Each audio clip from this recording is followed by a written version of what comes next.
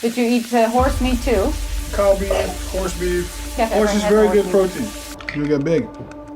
No doubt. Like Overeem, there's not a chance in hell that guy was natural. People have accused Alistair Overeem of steroid use since he was 17.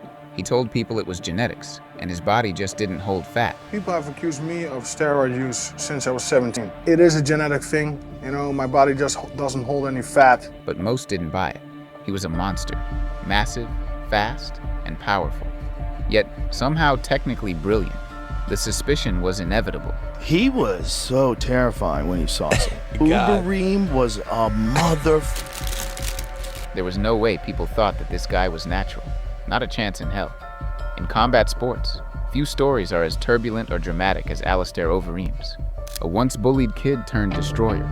A man who conquered 3 fight sports. He was a world-class kickboxer, K1 Grand Prix champion. Alistair in his prime was the man. And a walking chemistry experiment, who later transformed into a vegan wellness guru. This is the rise, fall, and reinvention of Alistair Overeem. Alistair Overeem was 6 when his parents divorced. His mother took him and his older brother, Valentine, from England to the Netherlands. But it wasn't a smooth transition. Mixed race, foreign, and quiet, Alistair stuck out, and the kids didn't let him forget it. He was bullied for his skin, his voice, and his size. Fighting became a daily reality. At 15, things escalated. A bar fight ended with a broken glass across his face and 20 stitches. That scar stayed with him, and so did his brother's reaction. Valentine, already a fighter, dragged Alistair to Chris Dolman's gym in Amsterdam. No questions, no choice. Thrown in with grown men, Alistair got manhandled. He hated it, but he kept showing up. And slowly, the pain turned to progress. Within 2 years, he was choking out real opponents. That never give up and never surrender mindset was forged early, and it never left him. Alistair Overeem turned pro at 19, fighting lean and long at 205 pounds. They called him Baby Reem. On the European circuit, he stacked a 10-3 record, submitting, striking, and outclassing veterans twice his age. That early run earned him a call to Japan. Welcome to Japan. He debuted in 2002 with a 44-second knockout, explosive knees, and clinical violence. That was just a warning shot. By 2003, he was in Pride's Grand Prix, facing Chuck Liddell on a global stage. He lost by knockout. Fast, aggressive, and dangerous he was. Over the next few years, he built his reputation with slick submissions and savage finishes, tapping out Viator Belfort, guillotining Igor Vovchanchin, and reaching the 2005 Grand Prix semifinals. Overeem later said he had mastered the guillotine, but success came at a cost. His stamina cracked, his chin was questioned, and he took losses to Shogun Rua, Antonio Nogueira, and Ricardo Arona.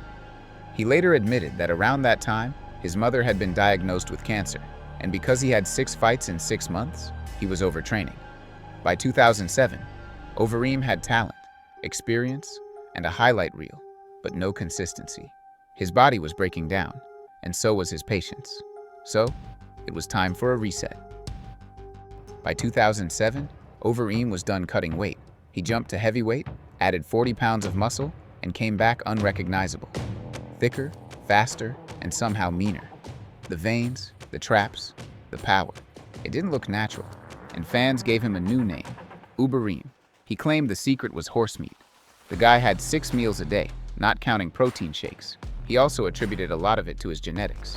Joe Rogan was one of the many people who didn't buy it. There's still guys like Overeem. There's not a chance in hell that guy was natural. He was not natural at all. There's no way. But whatever it was, it worked. Overeem made his US debut in Strikeforce and captured the heavyweight belt in 2007, stopping Paul Buentello with knees to the body. He fought infrequently, splitting time between MMA and kickboxing, but every appearance fed the legend. In 2010, he bulldozed Brett Rogers in 1 round to defend his Strikeforce title. That same year, he wrecked Todd Duffy in 19 seconds to win the Dream Heavyweight title in Japan. He also submitted Mark Hunt and crushed Kazuyuki Fujita. But he wasn't done.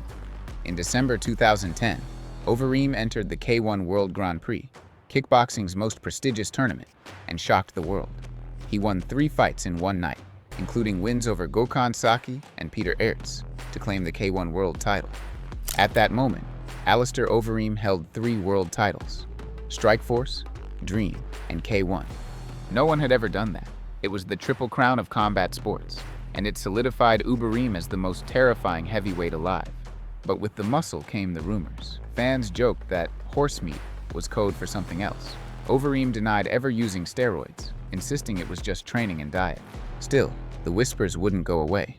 His body looked chemically sculpted, his strength was freakish, and everyone wondered how long it could last. By late 2011, Alistair Overeem was considered the best heavyweight on the planet. He signed with the UFC on an 11-fight unbeaten streak. His debut was a headline clash with none other than Brock Lesnar. It was a demolition. Brock is hurt! Alistair chopped Lesnar down with knees and body kicks, winning via TKO in the first round. He looked unstoppable. Alistair Overeem, when he fought Brock, Jesus Christ. Oh my God, I don't. Jesus Christ. He was so juicy. But behind the scenes, trouble was brewing. Overeem had dodged a pre-fight drug test by flying to Holland. The commission let the fight happen, barely, and in 2012, the inevitable hit.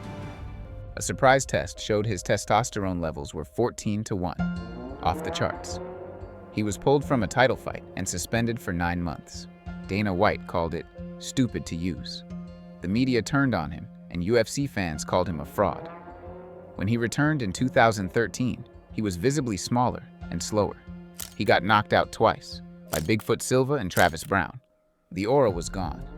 He talked big and claimed he would beat Ben Rothwell 9 out of 10 times, but then got slept by Rothwell. Critics wrote him off, but Overeem wasn't done. He changed camps, rebuilt his game, and fought smarter. Fans dubbed him Ubereem, a slower, more calculated version of the old monster. From 2014 to 2016, he put together a run.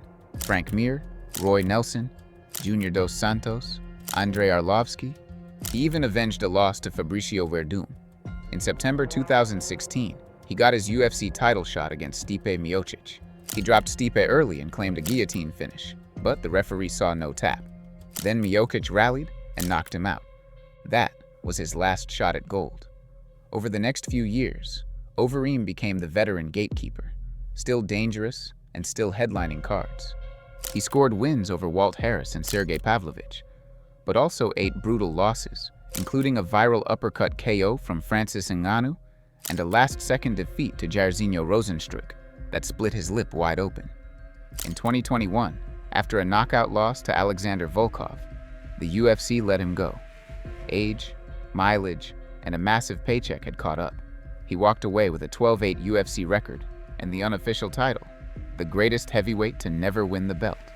He'd stayed clean through his UFC run, no failed tests under USADA, but one final twist was coming. In 2022, Overeem beat Badr Hari in a glory kickboxing match. But months later, the result was overturned. He'd failed a drug test, but the banned substance was never disclosed. He was suspended for a year. Glory dropped him from the rankings. 2 sports and 2 failed tests, a decade apart. The PED cloud never fully cleared, and for some reason, it always followed him. Then, in 2023, Alistair Overeem quietly retired. No farewell tour or fight announcement, just a statement saying, "It's not my thing anymore. It's been 25 years. We're going to do other cool stuff now." What shocked fans wasn't the decision. It was the transformation. Ubereem was gone, and in his place stood a lean, calm, almost monk-like figure preaching gut health and clean living. Overeem had gone vegetarian, almost vegan. No meat, sugar, or alcohol. And it's high in energy, so my appetite also is down. And I just enjoy food way more. Yesterday we went to a vegan restaurant. It's just like I just went all out. He talked about how parasites used to drive his cravings. Whatever the cause, he looked reborn. His focus shifted to wellness. He launched a fitness expo in the Netherlands and spoke out about holistic health.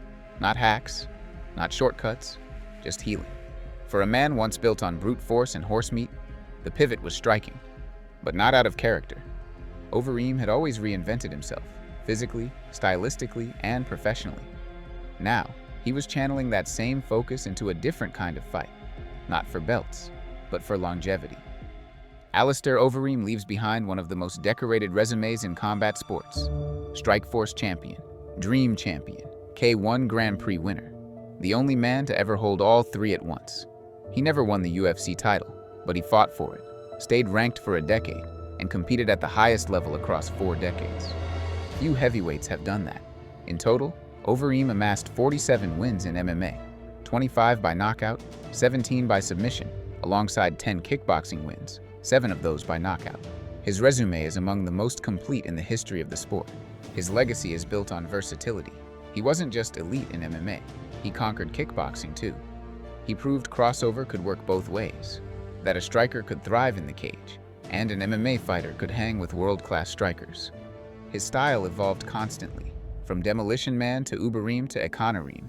Each version was dangerous and a reflection of his time. Of course, the shadow followed him, the muscle, the memes, the failed tests. But greatness is rarely clean. Overeem was a product of his era, flawed, feared, and unforgettable. In 2023, he retired for good. Photos showed him lean, almost unrecognizable. Fans asked if he's sick, but the reality is, he's just gone vegan and dropped 40 pounds. He detoxed and embraced discipline and peace. He's done chasing belts. After 30 years of getting hit, he just wants to heal. He fought everyone. Pride legends, UFC champs, kickboxing killers. He was the destroyer, the lab experiment. From bullied kid to muscle-bound myth to wellness philosopher, Overeem never stopped evolving. Every time he was counted out, he came back. And in the end, he did what few fighters ever do. He survived, and he walked away.